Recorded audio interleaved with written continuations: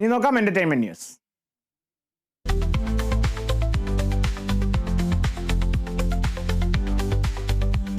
അനന്ത് കൃഷ്ണരാജ് സംവിധാനം ചെയ്ത കാളരാത്രി എന്ന ചിത്രം OTT-യിൽ പ്രദർശനം ആരംഭിച്ചു. ക്രൈം ത്രില്ലർ ഗണത്തിൽപ്പെടുന്ന ചിത്രം മനോരമ മാക്സിലൂടെയാണ് സ്ട്രീമിംഗ് ആരംഭിച്ചത്. ഗ്രേമോങ് പിക്ചേഴ്സ് ആണ് ചിത്രത്തിന്റെ നിർമ്മാണം. പുതുമുഖങ്ങളായ Maria Abeesh, Adrian Abeesh, Andrea Abeesh എന്നിവരാണ് ചിത്രത്തിൽ അഭിനയിച്ചിരിക്കുന്നത്.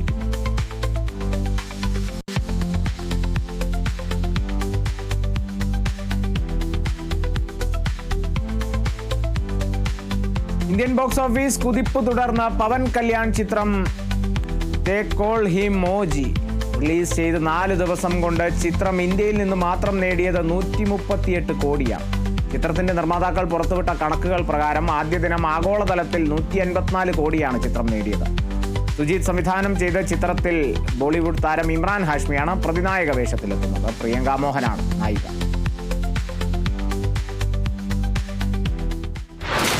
బాంబేలో గ్యాంగ్ వార్స్ మళ్లీ మొదలయ్యాయి.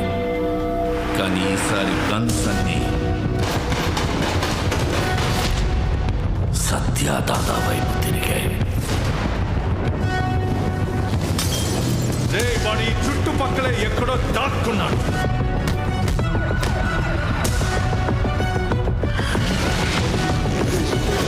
దాదా వరకు వెళ్ళారంటే పరిస్థితి చేజారిపోతున్నట్టుంది.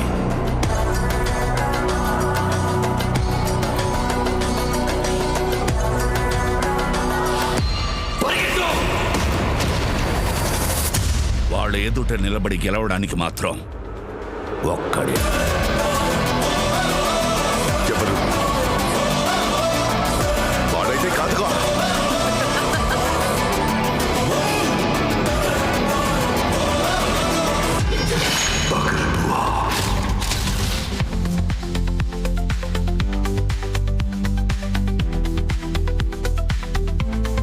പ്രഭാസിനെ നായകനാക്കി മാരുതി സംവിധാനം ചെയ്യുന്ന ചിത്രം രാജാ സാബിന്റെ ട്രെയിലർ ഇന്ന് വൈകിട്ട് പുറത്തിറങ്ങും. TG വിശ്വപ്രസാദാണ് ചിത്രത്തിന്റെ നിർമ്മാണം.